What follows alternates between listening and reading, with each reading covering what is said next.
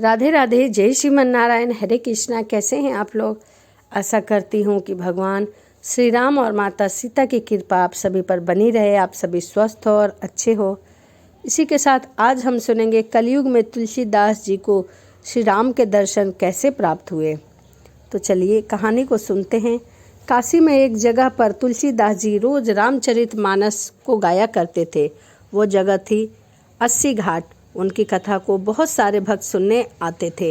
लेकिन एक बार गोस्वामी प्रातःकाल शौच करके आ रहे थे तो कोई एक प्रेत से इनका मिलन हुआ। उस प्रेत ने प्रसन्न होकर गोस्वामी जी से कहा कि मैं आपको कुछ देना चाहता हूँ। आपने जो शौच के बचे हुए जल से जो सिंचन किया है, मैं तृप्त हुआ हूँ, मैं आपको कुछ देना चाहता हूँ। गोस्वामी जी बोले, भैया हमारे मन में तो केवल एक ही चाह है कि ठाकुर जी के दर्शन हमें प्राप्त हो।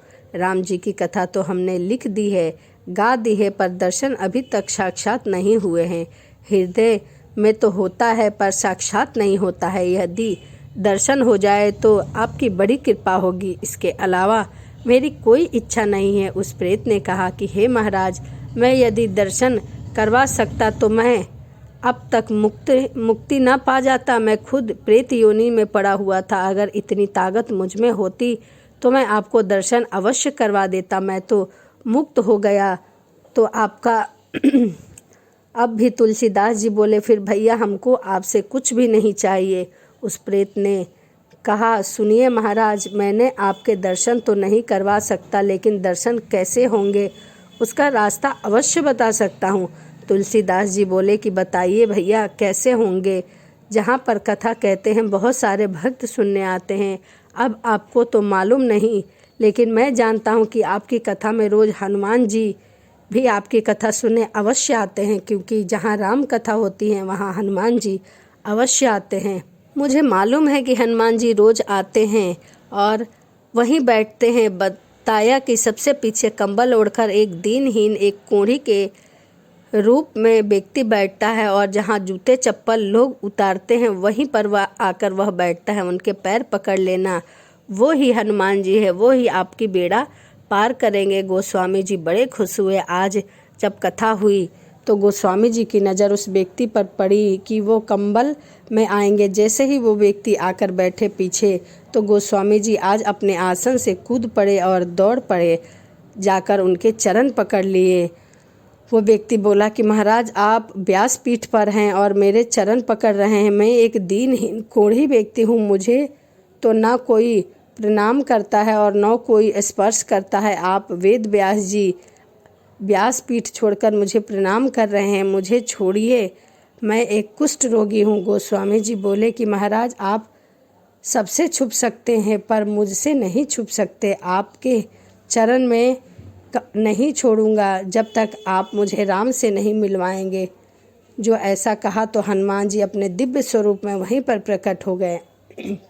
आज तुलसीदास जी ने कहा कि कृपा करके मुझे राम से मिलवा दीजिए। अब और कोई अभिलाषा नहीं है, बची हुई अभिलाषा बस यही है कि राम जी के साक्षात दर्शन हो जाएं। हनुमान जी, आप तो राम जी से मिलवा सकते हैं, अगर आप नहीं मिलवाओगे तो कौन मिलवाएगा? हनुमान जी बोले कि आपको राम जी जरूर मिलेंगे और मैं ही मिलवाऊंगा, लेकिन उसके लिए आपको चित्रकूट चलना पड़ेगा, वहाँ आपको भगवान मिलेंगे। श्री गोस्वामी जी चित्रकूट गए और मंदाकिनी जी में स्नान किया, कामदगिरि की परिक्रमा लगाई और अब घूम रहे हैं कहाँ मिलेंगे, कहाँ मिलेंगे। सामने से घोड़े पर सवार होकर 200 राजकुमार आए, एक गौर वर्ण का और एक श्याम वर्ण का। गोस्वामी जी इधर से निकल रहे हैं। उन्होंने पूछा कि हमको रास्ता बता दो, हम भटक गए हैं। गोस्वामी जी ने रास्ता बताया कि बेटा इधर से निकल जाओ, और वह निकल गए। अब गोस्वामी जी पागलों की तरह खोजते हुए घूम रहे थे, कब मिलेंगे राम जी, कब मिलेंगे राम जी। हनुमान जी प्रकट हुए और बोले कि मिले राम जी। गोस्वामी जी बोले, कहाँ मिले? हनुमान ने सिर पकड़ लिया और बोले, अरे अभी अभी तो मिले थे, जो घोड़े पर सवार होकर राजकुमार यहाँ से गए हैं, तुमसे रास्ता पूछ रहे थे और कहने को मिल चुके हैं, वही राम जी थे। जाने कितनी बार भगवान हमारे सामने आए होंगे और हम पहचान ना पाए, कितनी बार वो सामने खड़े हो जाते हैं और हम पहचान नहीं पाते। न जाने वो किस रूप में आ जाते हैं। सबका आदर समान जो तेरे घर आए, क्योंकि न जाने किस रूप में नारायण मिल जाए रे।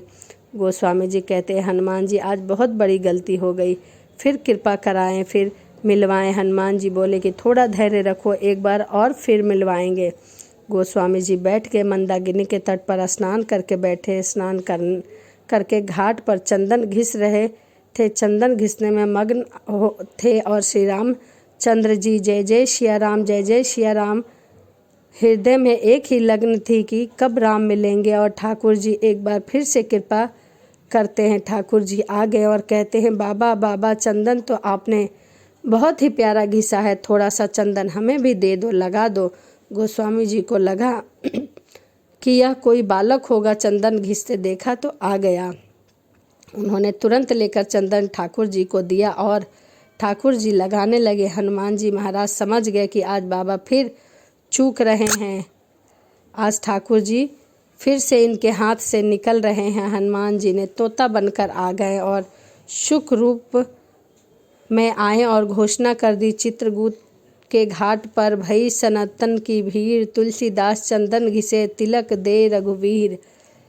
हनुमान जी ने घोषणा कर दी कि अब मत चूक जाना, आज जो आपसे चंदन ग्रहण कर रहे हैं ये साक्षात रघुनाथ जी हैं। और जो ये वाणी गोस्वामी जी के कान में पड़ी तो गोस्वामी जी चरण में गिर पड़े और ठाकुर जी को चंदन लगा रहे थे। बोले, प्रभु अब आपको नहीं छोड़ूंगा। जैसे ही पहचाना तो प्रभु अपने दिव्य स्वरूप में प्रकट हो गए और बस वो झलक तुलसीदास जी को दिखाई दी। ठाकुर जी अंतर्ध्यान हो गए और वो झलक आँखों में बस गई, हृदय तक उतरकर फिर कोई अभिलाषा जीवन में नहीं रही। परम शांति, परम आनंद जीवन में आ गया। ठाकुर जी से मिलने के बाद आराम की तलफ हुई, जो एक काम करके आए राम से मिलकर आए, राम की शरण में राम राम कर ले। और इस तरह से आज तुलसीदास जी का राम से मिलन हनुमान ने कराया। जय सिया राम, जय जय सिया राम। राम की सरयू तट के तीर, राम राम बस राम ही राम, राम रघुवीर जय सिया राम। मानसिक मल का मैन न मैल, तब मन विषयों के आसन पर बैठा तो उसे मानसिक मल कहते हैं। जब संसार की मोह माया और विषयों से वैराग हो जाए तो उसे मन की निर्मलता कहते हैं। तो यह तुलसीदास और श्री राम के मिलन की कथा थी। तो वीडियो आपको कैसी लगी कमेंट ज़रूर करिएगा। तो चलिए इसी के साथ वीडियो को समाप्त करते हैं और मिलते हैं अगली वीडियो में। राधे राधे, जय श्रीमन नारायण, हरे कृष्णा, जय जय श्री राम।